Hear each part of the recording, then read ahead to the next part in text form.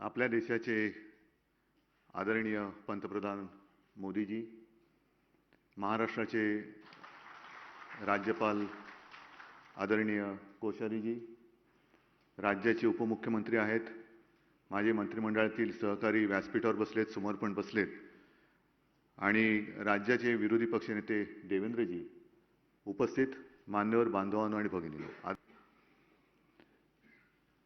काय बोलायचं पंचायत आहे, कारण महाराष्ट्र नजरेने बघतोय हा प्रश्न थोडा या बाबतीत विचित्र आहे. कारण ज्या एका कार्यक्रमासाठी आपण जमलेलो आहोत, एक 2-3 महिन्यापूर्वीच ह्या दरबार हॉलचं लोकार्पण झालं. आपल्या देशाचे आदरणीय राष्ट्रपतीजी तेव्हा आले होते, आज स्वतः माननीय पंतप्रधान आलेले आहेत. एक गोष्ट नक्की की आपल्या स्वातंत्र्याचा अमृत महोत्सव आपण साजरा करत असताना क्रांतिगाथा ह्या दालनाचं उद्घाटन आणि लोकार्पण मोदीजी आपके हाथों से हुआ, एक मोठा योगायोग म्हणण्यापेक्षा खूप चांगला मुहूर्त आहे. आणि मी कोणत्या नजरेने पाहायचं हे एवढ्यासाठी म्हटलं की आपण नेहमी काही गोष्टी ऐकत आलो की दिव्यत्वाची जेथे प्रचिती तेथे कर माझे जुळती. बोलायचं काय, जे स्वातंत्र्य आपण उपभोगतो आहोत ते मिळवण्यासाठी किती जणांनी आपल्या घरादारावरती निखारे ठेवले, किती जणांनी त्याच्यासाठी बलिदान केलं, किती जणांनी मरणप्राय यातना सोसल्या. आणि एक क्षणभर विचार असा येतो की जर का हे घडलं नसतं तर आपण इथे येऊ शकलो असतो का? हे स्वातंत्र्य जे काय आपण स्वातंत्र्य म्हणून उपभोगण्याची वस्तू आहे, नुसती स्वातंत्र्य मिळालंय, पण ते स्वातंत्र्य कोणी आपल्याला आंदण नाही दिलं, ते स्वातंत्र्य आपल्याला लढून मिळवावं लागलं. आणि तो इतिहास नुसता जतन नाही तर जिवंत करणं हे आपलं काम आहे. कारण काळ पुढे चाललेला आहे. झालं स्वातंत्र्य पारतंत्र्य आपल्याला 150 वर्ष होती, आपण त्याच्यात होतो. त्याच्यानंतर स्वतंत्र होऊन 75 वर्ष झाली. आणखीन पुढे पुढे आपण जात राहणार. पण ते जात असताना आपल्याला ह्या ज्या काही गोष्टी पुढच्या पिढीला द्यायच्या आहेत, ते काम जर का आपण केलं नाही तर मला असं वाटतं आपण आपल्या कर्तव्याला मुक्त आहोत.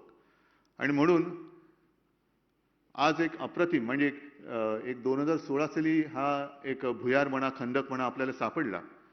त्यावेळेचे राज्यपाल महोदय विद्यासागररावजी होते, ते पण मला सांगत होते की उद्धवजी कभी आओ तो सही, देखो तो सही. तेव्हा काही येणं झालं नाही. आणि मनात विचार असा होता की एक खंदक आणि भुयार जाऊन बघून करायचं काय. पण आज अप्रतिम त्याचा उपयोग होतो आहे. आणि आता आपण जी फिल्म बघितली त्याच्यात एक शब्द फार मला महत्त्वाचा वाटला की तीर्थक्षेत्र, तीर्थस्थळ. हे एक तीर्थस्थळ आहे. कारण सगळे क्रांतिकारक ज्ञात अज्ञात मध्ये 1 मेच्या आपल्या महाराष्ट्र दिनी महाराष्ट्र राज्याच्या वतीने आपण एक पुस्तक प्राथमिक स्वरूपात एक केलेलं आहे. कारण अजून माहिती गोळा होते, ज्याला आपण म्हणतो ज्ञात अज्ञात. हे असे अनेक क्रांतिकारक ज्यांनी आपल्यासाठी त्याग केला, त्यांचं एक कुठेतरी संकलन व्हायला पाहिजे. एक निदान एक आठवण म्हणा, माहिती म्हणा, ती आपण त्या पुस्तकात दिलेली आहे. आणि म्हणून मला असं वाटतं की नुसतं बोलत बसण्यापेक्षा ह्या क्रांतिकारकांनी आपल्यासाठी ज्या ज्या काही गोष्टी केलेल्या आहेत, त्याग केलेला आहे, त्याच्यापैकी एक जरी काही कण आपण आपल्या देशासाठी करू शकलो तर मला वाटतं की त्यांचे जे काही त्याग आणि बलिदान त्यांनी केले ते कृतार्थ होतील. बाकी ह्या वास्तूचं जसं नूतनीकरण झालं तसंच जलभूषण, जिकडे आपले राज्यपाल महोदयांचं निवासस्थान आहे, बहुत बड़ा अच्छा मकान बना है. आप एक्सचेंज करणार नाही, पण ते मी बघितलं आणि मनापासून सांगतो की काळ बदलत असला तरी हा सगळा जो ही जी सगळी या परिसरातले वास्तू आहेत त्या इतिहासाच्या पाऊल खुणा आणि एक वारसा जपणारे आहेत. त्याला कुठेही धक्का न लावता त्याचं नूतनीकरण करणं, आधुनिकीकरण करणं आणि ते सुद्धा आत्ताच्या काळाला जे काही तंत्रज्ञान उपलब्ध आहे त्याचा वापर करून करणं हे खूप मोठं काम आहे. आणि कलात्मक नजरेने पाहिलं तर एकही कानाकोपरा असा नाहीये की जिकडे असं काहीतरी विचित्र घडलेलं आहे. प्रत्येक कण जर बघाल, प्रत्येक हा सुद्धा हॉल आणि ते सुद्धा प्रत्येक ठिकाणी अत्यंत कलात्मक नजरेतून त्याचं एक नूतनीकरण केलेलं आहे. म्हणून मी सर्वांना धन्यवाद देतो.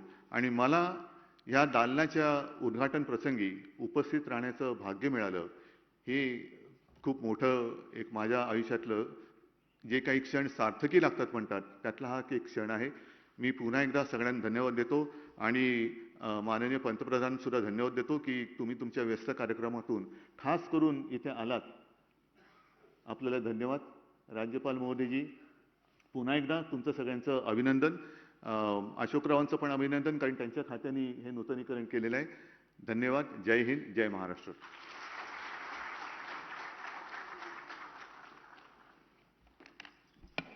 धन्यवाद. क्रांतिगाथा आधुनिक तीर्थक्षेत्र असा उल्लेख माननीय मुख्यमंत्री महोदयांनी केला. हे तीर्थक्षेत्र ज्यांच्या कार्यकाळामध्ये संपन्न झालं असे महाराष्ट्र राज्याचे माननीय राज्यपाल महोदय श्री भगतसिंहजी कोश्यारी. भारतीय इतिहास संस्कृति इनसे उनका व्यासंगी अभ्यास हम सभी सर्वविदित है और स्वयं शिक्षक होने के नाते ज्ञान की शक्ति को, प्रबोधन की शक्ति को वो जानते हैं और इसीलिए इस क्रांति गाथा का निर्माण उनकी प्रोत्साहना पर हुआ है. मैं आदरणीय राज्यपाल महोदय जी से विनती करती हूँ कि वो सभा को संबोधित करें.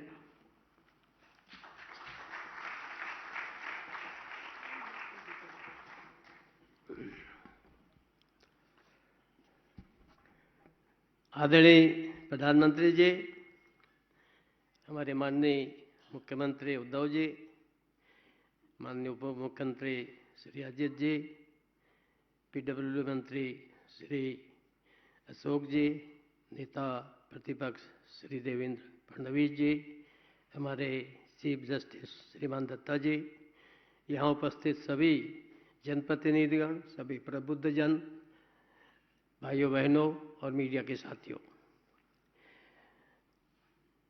आज़ादी के अमृत महोत्सव पर सिंधु सागर और बाण गंगा के तट पर अवस्थित इस राजभवन में आज जलभूषण और ऐतिहासिक बंकर में महाराष्ट्र के क्रांतिवीरों को समर्पित क्रांति गाथा के लोकार्पण के अवसर पर आप सबका मैं अभिनंदन करता हूं, स्वागत करता हूं. आदरणीय प्रधानमंत्री जी, इस छोटे से कार्यक्रम के लिए लोग मुझे कह भी रहे थे कि प्रधानमंत्री जी आएंगे भी क्या. आपने सहमति दी.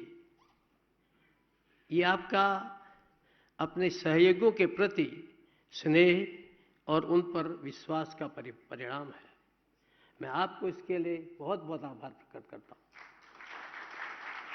मैं इस काम में हमारे मुख्यमंत्री जी, विशेष करके हमारे उप मुख्यमंत्री जी और लोक निर्माण मंत्री जी, जिन्होंने समय समय पर बड़ा सक्रिय रूप से सहयोग दिया, इसके कारण से इस समय पर संपन्न हुआ, मैं उनका भी आभार प्रकट करता हूं. मैं अपने अधिकारी विशेष करके मनोज सोनिक, जो यहाँ के एसीएस हैं, जब उन्होंने देखा कुछ देर हो रही है, प्रधानमंत्री आने वाले हैं, तो जाने कहाँ से फौज इकट्ठा करके कर्मचारी, अधिकारी, ऐसे सारे लोगों को इकट्ठा करके समय पर पूरा करने में बड़ा सहयोग दिया. उनको और उनके सभी सहयोगी अधिकारियों, इंजीनियरों को भी मैं धन्यवाद देता हूँ. मैं विशेष करके अपने जो मजदूर हैं, आप जानते हैं कि हमारे प्रधानमंत्री जी का एक प्रमुख प्रार्थना है. अब अक्सर पहले अपने भाषण में वो बोलते थे, वैष्णव जन तो तेने कहिए जो पीर पराई जाने रे. तो ऐसे जो आज भी जो पीड़ा सहन कर रहे हैं, लेकिन अपना खून पसीना बहा करके, रात दिन लग करके 24 घंटा काम करके इस काम को पूरा किया, ऐसे मैं अपने श्रमिकों और मजदूर भाइयों को भी अभिनंदन करता हूं, उनके प्रति भी आभार प्रकट करता हूं. मैं इस क्रांति गाथा के लिए, अभिनव प्रयोग के लिए प्रसिद्ध इतिहासकार भाई विक्रम संपत को, ये उनकी संकल्पना थी और उस संकल्पना को पूरा करने के लिए मेरे सहयोगी, मेरे ओएसडी नेथानी ने जन सहयोग से, बाह्य सहायता से इतना बड़ा कार्यक्रम, इतना बड़ा प्रोजेक्ट किया. मैं उनका भी आभार और अभिनंदन करता हूं. मैं इस प्राचीन मंदिर को एक अच्छा स्वरूप देने के लिए भी विशेष करके जन सहयोग से, बाह्य सहायता से हमारे नेतानी ने प्रयोग किया, उसके लिए भी उन्हें धन्यवाद है। अभी हम सब लोग शीघ्र ही यहाँ पर जन सहयोग से 500 किलोवाट की solar water power green hydrogen ये नया प्रयोग कर रहे हैं। मुझे लगता है कि प्रधानमंत्री जी के आशीर्वाद से वो भी सफल होगा। राजभवन में प्रतिदिन 100 से भी अधिक आगंतुक आते हैं। यहाँ पर देश विदेश से, विदेशों के भी राज्याध्यक्ष, प्रधानमंत्री और एम्बेसडर और कंसल जनरल तो अक्सर लगभग हर हफ्ते ही आते रहते हैं और उन लोगों को उत्सुकता रहती है देखने की राजभवन को, इसके माध्यम से प्रदेश को जानने की उनकी उत्सुकता रहती है। और ऐसे में उनके लिए जहाँ ये हमारा क्रांति गाथा गैलरी प्रेरणादायी होगी, वहीं यहाँ पर पहले मोर पलते थे। एक दिन मेरे पीआरओ ने कहा, सर यहाँ मोर थे, यहाँ कुत्ते आते हैं, बिल्ली आते हैं, सब खा गए। तो मुझे बड़ा कष्ट हुआ। तो मैंने यहाँ के चहल साहब हैं, मैंने कहा कि भाई ये सब आखिर मोरों ने क्या कसूर किया, खाई जा रहे हैं, इनको ख़त्म कर रहे हैं। और उन्होंने यहाँ से कुत्ते बिल्लियों को अच्छी जगह पर आदित्य जी पहुँचा करके, और अब मोर है, बहुत लोग आते हैं, आनंद लेते हैं। और एक प्रकार से मेरी कोशिश है कि ये राजभवन केवल राजभवन न रहे, ये लोक भवन रहे, यहाँ जनता आए, मेरी कोशिश है। मैंने पूरे आदरणीय प्रधानमंत्री जी, पूरे कोविड काल में भी मेरे डॉक्टर, मेरे साथी मुझे कहते थे, अरे राज्यपाल जी क्यों कर रहे हो, क्यों लोगों को समय दे रहे हो। मैंने पूरे कोविड काल में, हमारे विधानसभा अध्यक्ष नरहरि जी बैठे हैं, उस कोविड काल में भी ये अपने ट्राइबल सारे पार्टियों के एमएलए को ला करके उनकी समस्या सुलझाने के लिए और उनकी बातों को कहने के लिए मेरे पास आए। मुझे अच्छा लगा, ऐसा संवाद रहता है तो निश्चित रूप से उससे समाज आगे बढ़ता है, समस्याएं हल होती हैं। मेरी ये कोशिश है कि इसमें से हम किस प्रकार से इस राजभवन को जनोपयोगी बना सकें, ऐसी मेरी कोशिश रही है।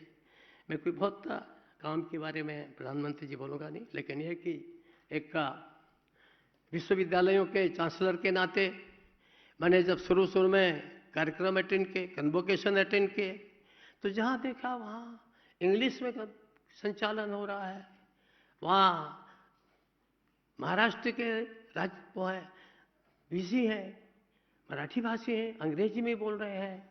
तो मैंने उनसे कहा, भाई मैं मराठी समझता हूँ, थोड़ा बोलने का अभ्यास नहीं है, आप सब मराठी में संचालन करो और भाषण भी मराठी में दो। सौभाग्य से पता नहीं हमारे मुख्यमंत्री जी को कैसा लगेगा, प्रयास मैंने किया है।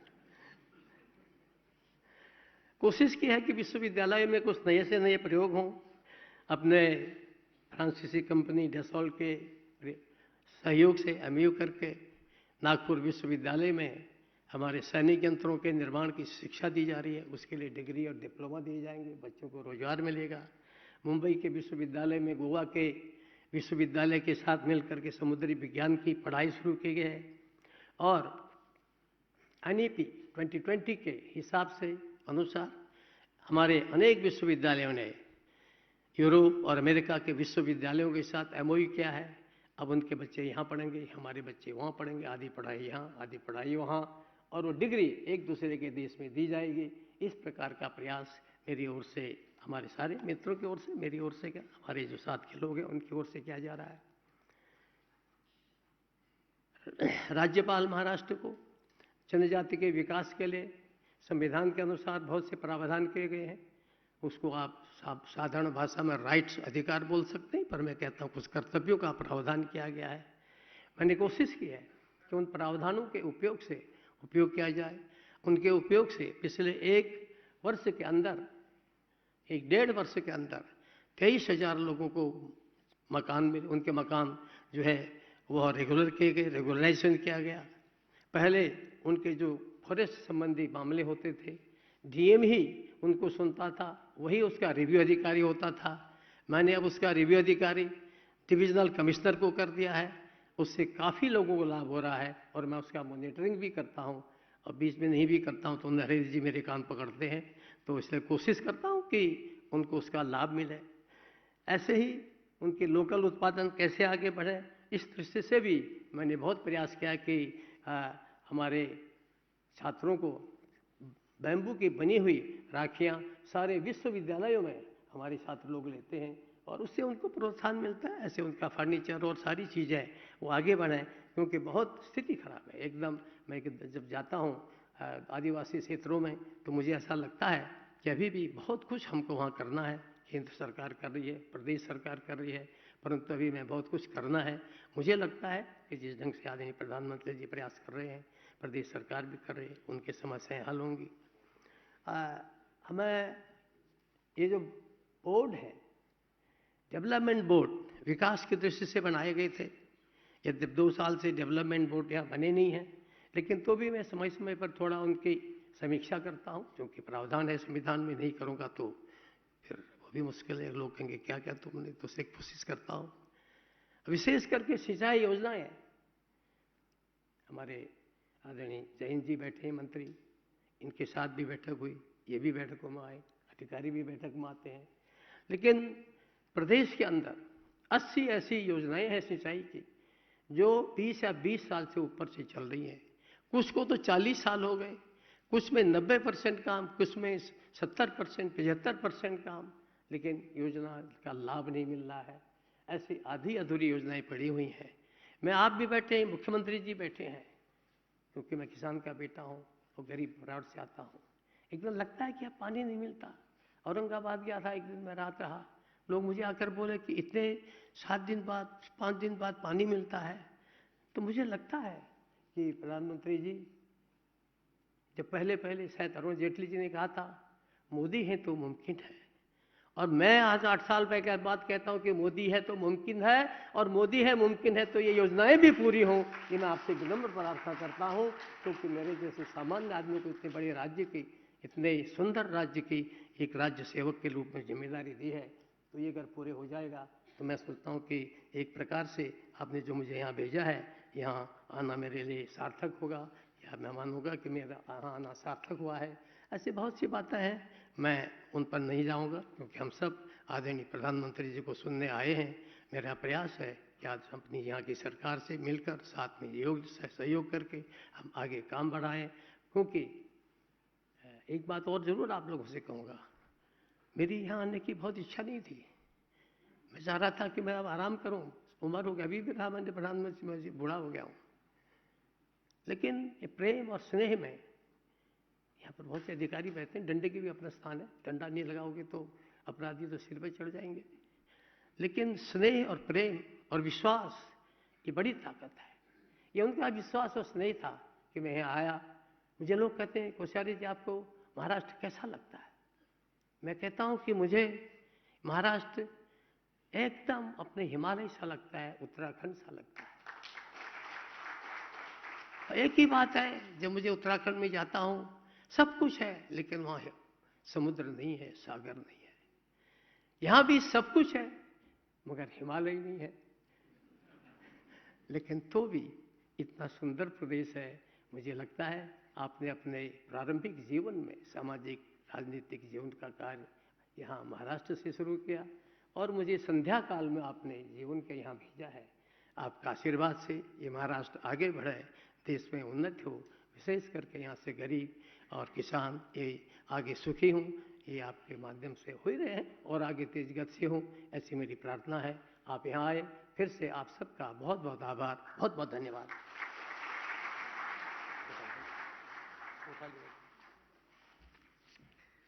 माननीय राज्यपाल महोदय जी का बहुत बहुत धन्यवाद। एक जुनं संस्कृत वचन आहे, शस्त्रेण रक्षिते राष्ट्रे शास्त्र प्रचर्चा प्रवर्तते। जब देश राष्ट्र शस्त्र संपन्न होता है तभी वहां पर शास्त्रों का विकास हो सकता है, और जिनके वक्तृत्व में और नेतृत्व में इसी विचार की आभा हमें दिखाई देती है, ऐसे हैं हमारे भारत के प्रधानमंत्री माननीय श्री नरेंद्र जी मोदी।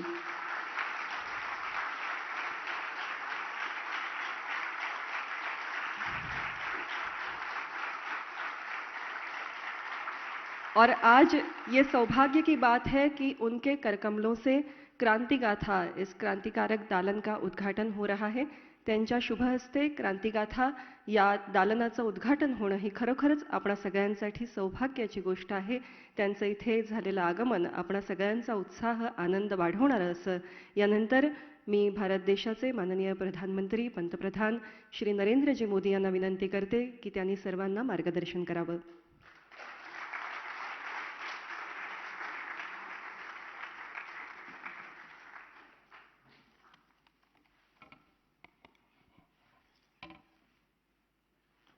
महाराष्ट्र के गवर्नर श्री भगत सिंह कोश्यारी जी, मुख्यमंत्री श्री उद्धव ठाकरे जी, उप मुख्यमंत्री श्री अजित पवार जी, श्री अशोक जी, नेता विपक्ष श्री देवेंद्र फडणवीस जी, यहाँ उपस्थित अन्य महानुभाव, देवी और सज्जनों, आज वट पूर्णिमा भी है और संत कबीर की जयंती भी है. सभी देशवासियों को मैं अनेक अनेक शुभकामनाएं देता हूं. एका अतिशय चांगला कार्यक्रमासाठी आपण आज सारे एकत्र आलो आहोत. स्वातंत्र्य समरातील वीरांना समर्पित क्रांती गाथा ही वास्तू समर्पित करताना मला अतिशय आनंद होतो आहे.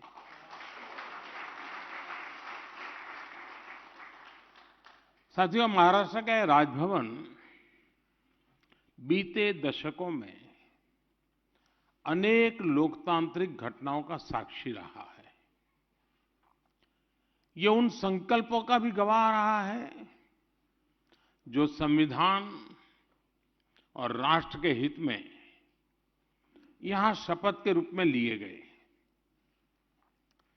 अब यहां जलभूषण भवन का और राजभवन में बनी क्रांतिवीरों की गैलरी का उद्घाटन हुआ है.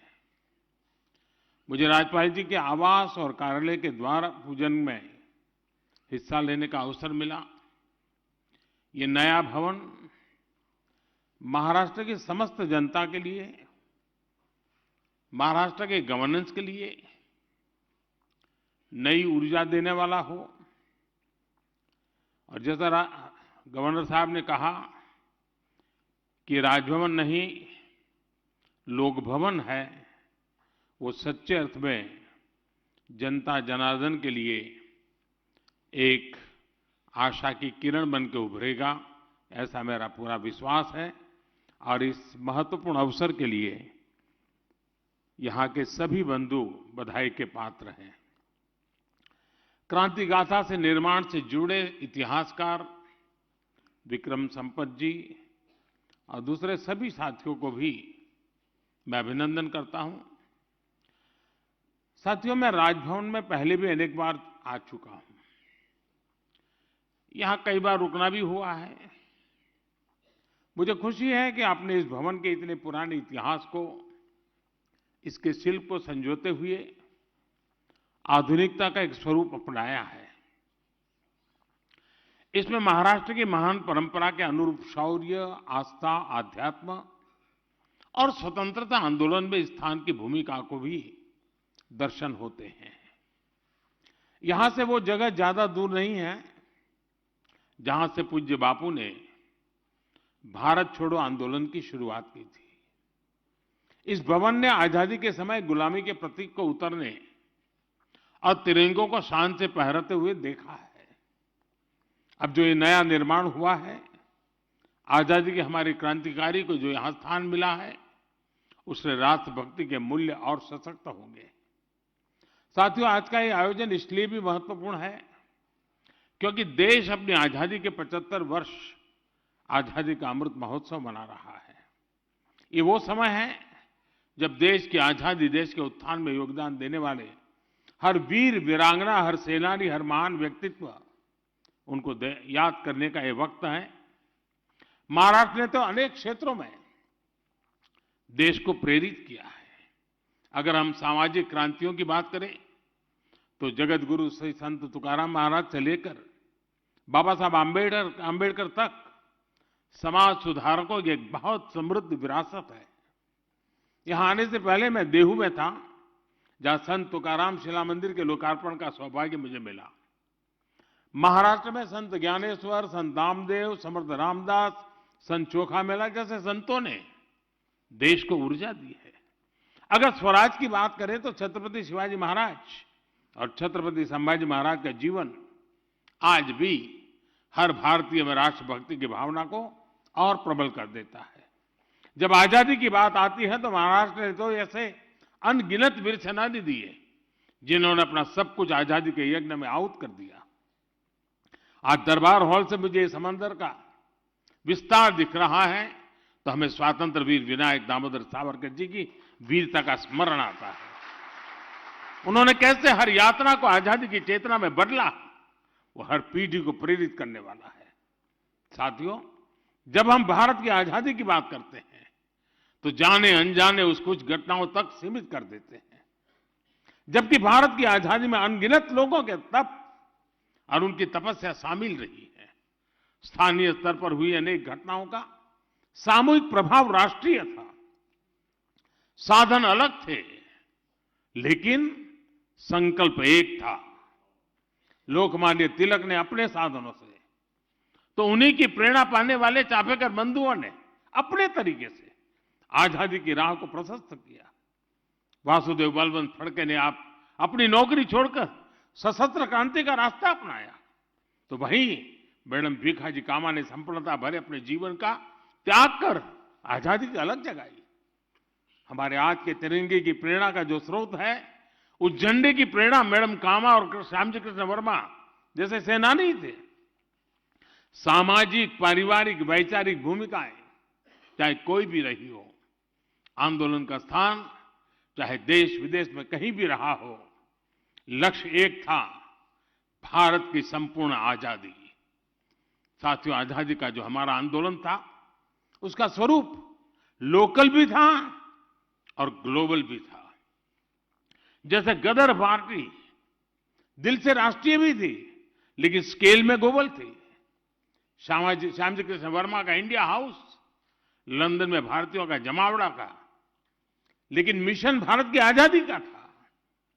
नेताजी के नेतृत्व में आजाद हिंद सरकार भारतीय हितों के लिए समर्पित थी, लेकिन उसका दायरा ग्लोबल था। यही कारण है कि भारत के स्वतंत्र आंदोलन ने दुनिया के अनेक देशों को आजादी के आंदोलन को प्रेरित किया। लोकल से ग्लोबल की यही भावना हमारे आत्मनिर्भर भारत अभियान की भी ताकत है। भारत के लोकल को आत्मनिर्भर अभियान से राष्ट्रीय और अंतर्राष्ट्रीय स्तर की पहचान दी जा रही है। मुझे विश्वास है क्रांतिवीरों की गैलरी से यहां आने वालों को राष्ट्रीय संकल्पों को सिद्ध करने की नई प्रेरणा मिलेगी। देश के लिए कुछ कर गुजरने की भावना बढ़ेगी। साथियों, बीते 7 दशकों में महाराष्ट्र ने राष्ट्र के विकास में हमेशा से महत्वपूर्ण भूमिका निभाई है। मुंबई तो सपनों का शहर है ही है। महाराष्ट्र के ऐसे अनेक शहर हैं जो 21वीं सदी में देश के ग्रोथ सेंटर होने वाले हैं। इसी सोच के साथ एक तरफ मुंबई के इंफ्रास्ट्रक्चर को आधुनिक बनाया जा रहा है, तो साथ ही बाकी शहरों में भी आधुनिक सुविधाएं बढ़ाई जा रही है। आज जब हम मुंबई लोकल में होते हैं, भूतपूर्व सुधार को देखते हैं, जब अनेक शहरों में मेट्रो नेटवर्क के विस्तार को देखते हैं, जब महाराष्ट्र के कोने कोने को आधुनिक नेशनल हाईवे से जुड़ते हुए देखते हैं, तो विकास के सकारात्मकता का एहसास होता है। हम सभी ये भी देख रहे हैं कि विकास की यात्रा में पीछे रह गए आदिवासी जिलों में भी आज विकास की नई आकांक्षा जागृत हुई है। साथियों, आजादी के इस अमृत काल में हम सभी को ये सुनिश्चित करना है कि हम जो भी काम कर रहे हैं, जो भी हमारी भूमिका है, वो हमारे राष्ट्रीय संकल्पों को मजबूत करें। यही भारत के तेज विकास का रास्ता है। इसलिए राष्ट्र के विकास में सबका प्रयास के आह्वान को मैं फिर दोहराना चाहता हूं। हम एक राष्ट्र के रूप में परस्पर सहयोग और सहकार की भावना के साथ आगे बढ़ना है, एक दूसरे को बल देना है। इसी भावना के साथ एक बार फिर जल भूषण भवन को और क्रांतिवीरों की गैलरी के लिए भी मैं सबको बधाई देता हूं। और अब देखें, शायद दुनिया के लोग हमारी मजाक करेंगे कि राजभवन 75 साल से यहां गतिविधि चल रही है, लेकिन नीचे बंकर है वो 7 दशक तक किसी को पता नहीं चला। यानी हम कितने उदासीन हैं, हमारी अपनी विरासत के लिए कितने उदासीन है। खोज खोज कर हमारे इतिहास के पन्नों को समझना देश को इस दिशा में आजादी का अमृत महोत्सव एक कारण बने। मुझे याद है, अभी हमने भी श्यामजी कृष्ण वर्मा का चित्र में भी देखा, आप हैरान होंगे हमने किस प्रकार से देश में निर्णय किए हैं। श्यामजी कृष्ण वर्मा को लोकमान्य तिलक जी ने चिट्ठी लिखी थी और उनको कहा था कि मैं स्वातंत्र वीर सावरकर जैसे एक होनहार नौजवान को भेज रहा हूं, उसके रहने पढ़ने के प्रबंध में जरा आप मदद कीजिए। श्यामजी कृष्ण वर्मा वो व्यक्तित्व थे।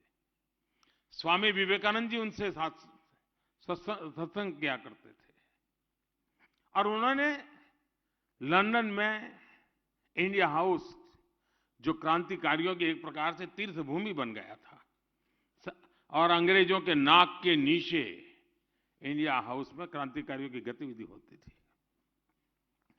श्यामजी कृष्ण वर्मा जी का देहावसान 1930 में हुआ, 1930 में उनका स्वर्गवास हुआ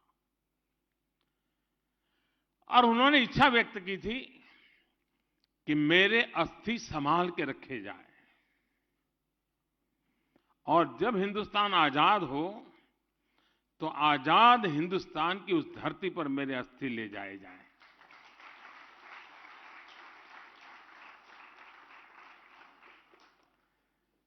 उन्नीस 1930 की घटना 100 साल होने को आए हैं, सुनकर के आपके भी रोंगटे खड़े हो रहे हैं। लेकिन मेरे देश का दुर्भाग्य देखिए, 1930 में देश के लिए मर मिटने वाले व्यक्ति, जिसकी एकमात्र इच्छा थी कि आजाद भारत की धरती पर मेरे अस्थि जाएं ताकि आजादी का जो मेरा सपना है, मैं नहीं मेरे अस्थि अनुभव कर ले, और कोई अपेक्षा नहीं थी। 15 अगस्त 1947 के दूसरे दिन ये काम होना चाहिए था कि नहीं होना चाहिए था?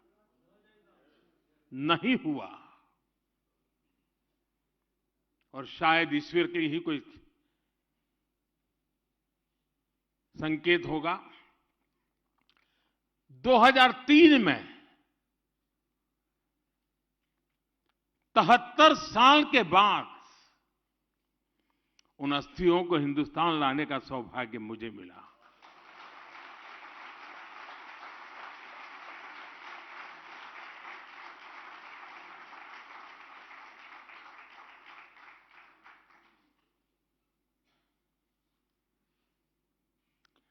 भारत मां के एक लाल के अस्थि इंतजार करते रहे दोस्तों, जिसको कंधे पर उठा करके मैं लाने का मुझे सौभाग्य मिला। और यही मुंबई के एयरपोर्ट पर मैं लाकर के उतरा था यहां, और यहां से वीरांजलि यात्रा लेकर के मैं गुजरात गया था। और कच्छ मांडवी उनका जन्म स्थान, वहां आज वैसा ही इंडिया हाउस बनाया है जैसा लंदन में था।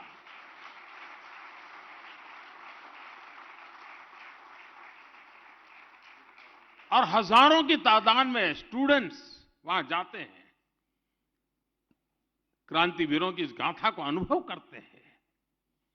मुझे विश्वास है कि आज जो बंकर किसी को पता तक नहीं था, जिस बंकर के अंदर वो सामान रखा गया था जो कभी हिंदुस्तान के क्रांतिकारियों की जान लेने के लिए काम आने वाला था, उसी बंकर में आज मेरे क्रांतिकारियों का नाम।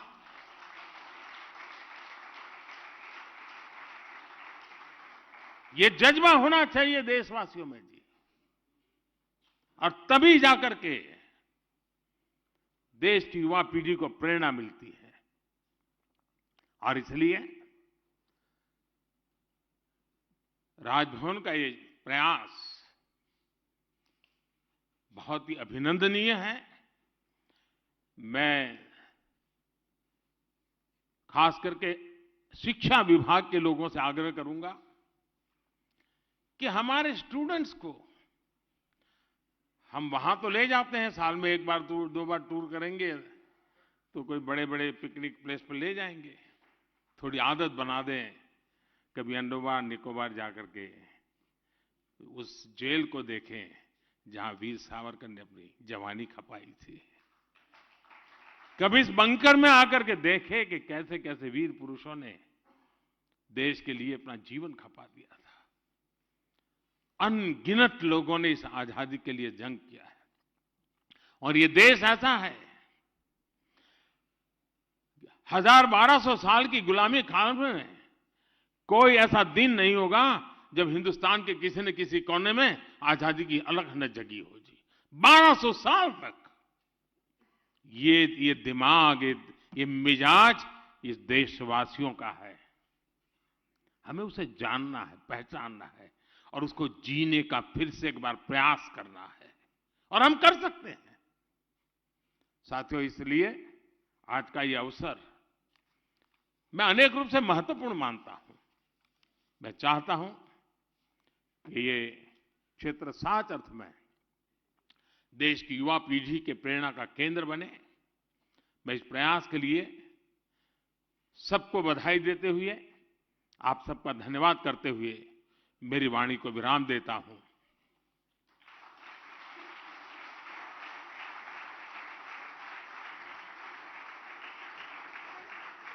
भारत देश के प्रधानमंत्री माननीय श्री नरेंद्र जी मोदी जी का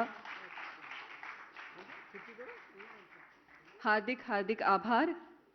और मैं सभी से विनती करती हूं कि आप कृपया इसी सभागृह में मौजूद रहें। सर्व मान्यवरों से मनपूर्वक आभार। और प्रधानमंत्री ने राजभवन में क्रांति गाथा गैलरी का उद्घाटन किया। उन्होंने कहा कि आने